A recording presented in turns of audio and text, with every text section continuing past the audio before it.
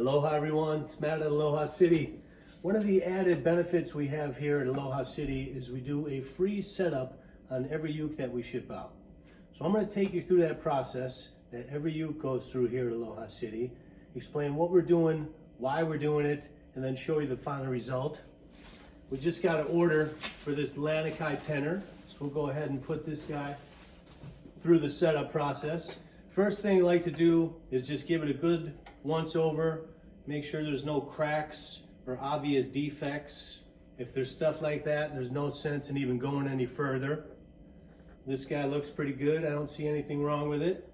So we'll go ahead and get started. First thing we like to do is tune it up to pitch and check every note on the fretboard to make sure that they're all ringing clearly. A lot of times there will be just one note on the fretboard that isn't coming through. We'll have to get out our fret files, determine why it's not coming through and fix that problem. But you do have to check every note. All right, so you've got this guy up to tune. We'll just go.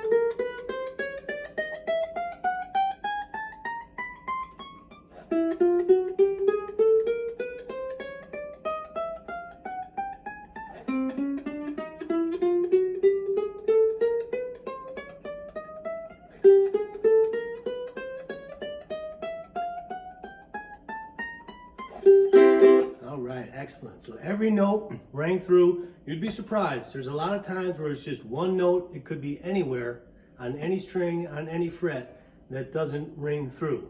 So we check every note on the fretboard.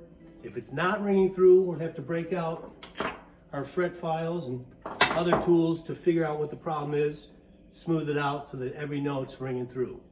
Next thing we're looking at is the action. The action on a ukulele is so important.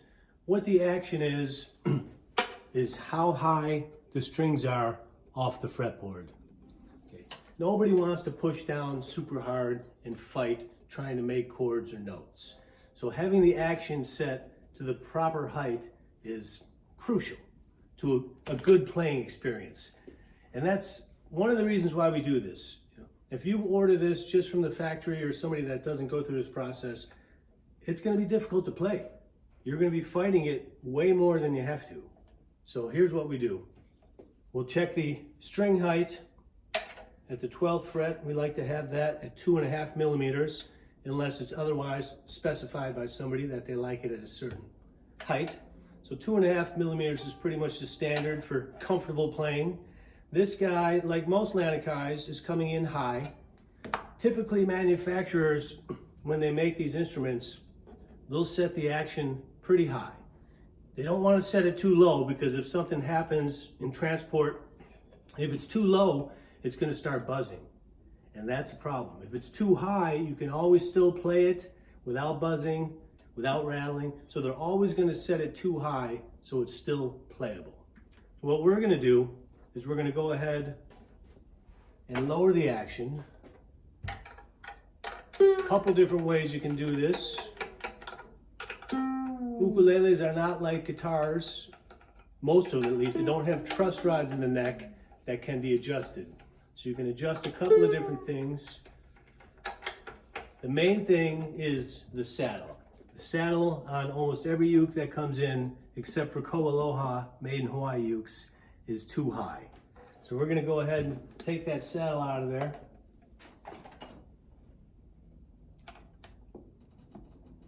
All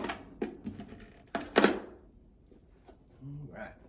We're going to go back to the belt sander and sand this down a little bit. Be right back. All right, we're back from the belt sander in the back. That's my most used tool back there, because almost every saddle that comes in needs to be sanded down.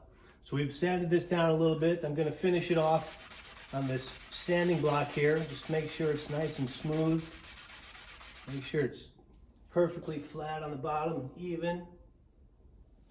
That looks good, so we're going to go ahead and put that back in there. While I've got all the strings loose here, we're going to go ahead and address the fretboard here. What people don't really realize is when these ukuleles are made, a lot of them are made overseas.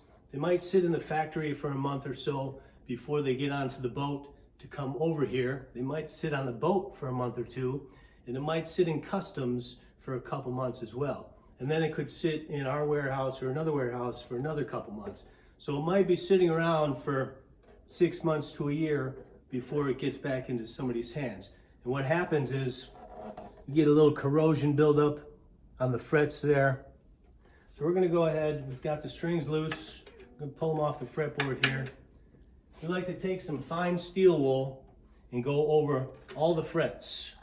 Basically, we're not recrowning or reshaping the frets.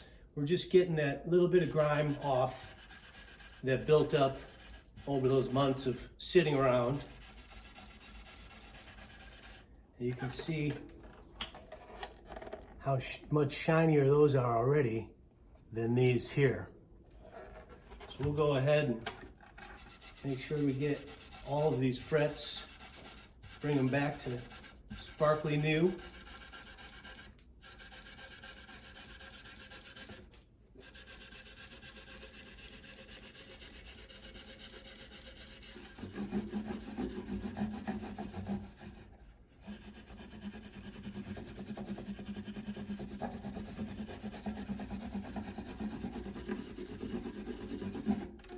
All right, looking good.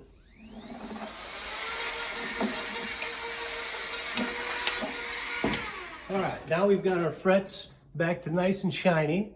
Now we're going to address the fretboard, which as you can see is very dry. It's also been sitting around for quite a while. So we like to clean and condition all the fretboards. What we use is the Music Nomad F1 oil. You can also use lemon oil for the fretboards. You just put a little bit into a rag here. And we'll just start hitting all the frets. You can see right away how much color and life it brings back into that fretboard. See how dry this side is and how nice and dark and conditioned that side is. So we'll go ahead and continue on. Make sure we get every fret.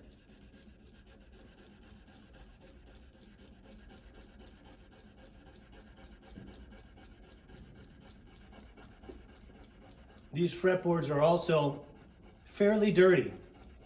If this rag wasn't black, you'd see how much dirt is on there. I should have used a different color just to show you. Trust me, they're dirty.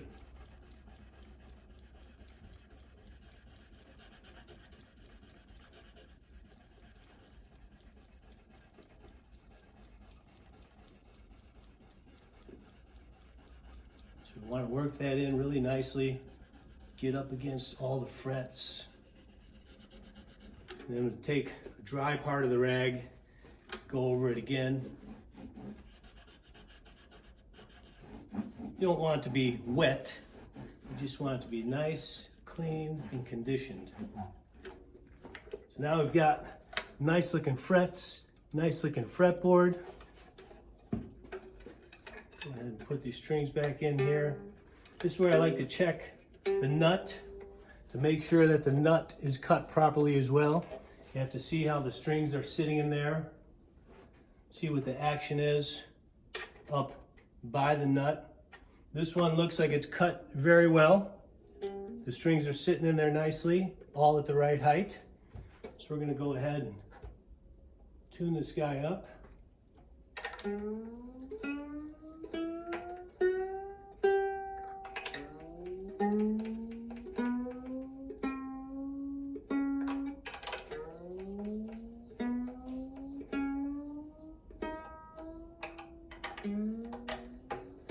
I know some people like to use the power drill to turn these tuning keys, and I don't like to do that because you can't feel if they're super stiff or not when you're using a drill. So I like to use the hand winder. This way, if these are what I call rough or scratchy, we'll go ahead, we'll put some WD-40 on there and make these super smooth when you turn these.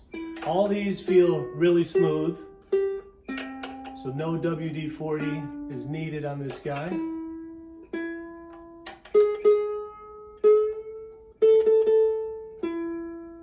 these are new strings, so it's a little bit of a challenge to get them right in tune.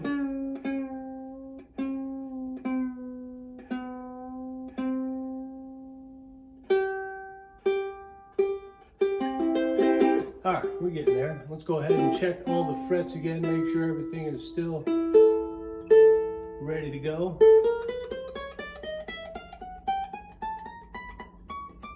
So much easier to press down now.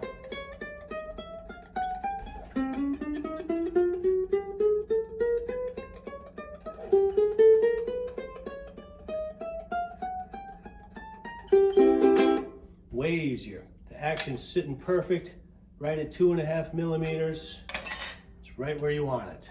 So this guy is starting to look pretty darn good. Now we're going to go ahead and we're going to test the pickup. This guy is an acoustic electric, so it's got a built-in tuner and pickup. So let's head over to the amp, check it out. All right, we're over at the amp now, ready to test this guy out. We check all the acoustic electric ones to make sure that everything's functioning properly. So I've got it plugged in to my little Fishman amp. First thing we'll check is the tuner. Make sure that's working. Tuner's working properly. Then we'll go ahead, give it a listen, make sure all the EQ's working. There's the bass, the mid, the treble, it's all working, the volume. And then most importantly is making sure that each string rings out evenly. You'd be surprised. A lot of times, one string will not be as loud as the others.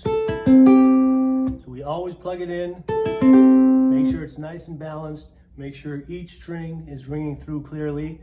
If not, we'll have to take that pickup out and make some adjustments to where they're all ringing clearly and evenly. So this guy's sounding good. We're ready to move on.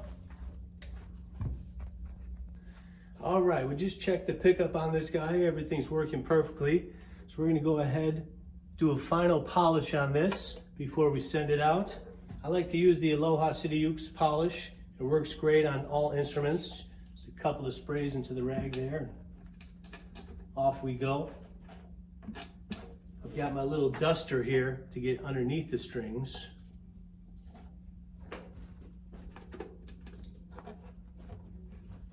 Give it a good cleaning. This one's got a little buffing compound here. Just wipes right off. That was from the factory. Beautiful quilted maple on this particular Lanikai. Give it a good cleaning. I like to wipe all the fingerprints off. The last thing I like to do is take my little duster, blow out the inside. You'd be surprised how much sawdust and little pieces of wood will come out of these sometimes. So this guy is now looking good, feeling good, playing good. The action is nice and low, right where it's supposed to be. The frets are all polished and clean. The fretboard is clean and conditioned, ready to go. The tuners are all smooth, working perfectly. Pickup's working perfectly. Everything on there is working. It's perfectly balanced when it comes out of an amplifier.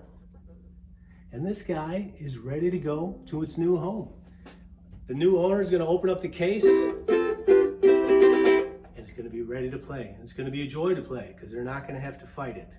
So that's why we do the whole setup process at Aloha City Ukes. It's to make it easier for people to play. Nobody wants to fight it. We know that. So we try to make it as easy as possible for people to play. That's one of the services we provide at Aloha City. We hope you enjoy it. Aloha.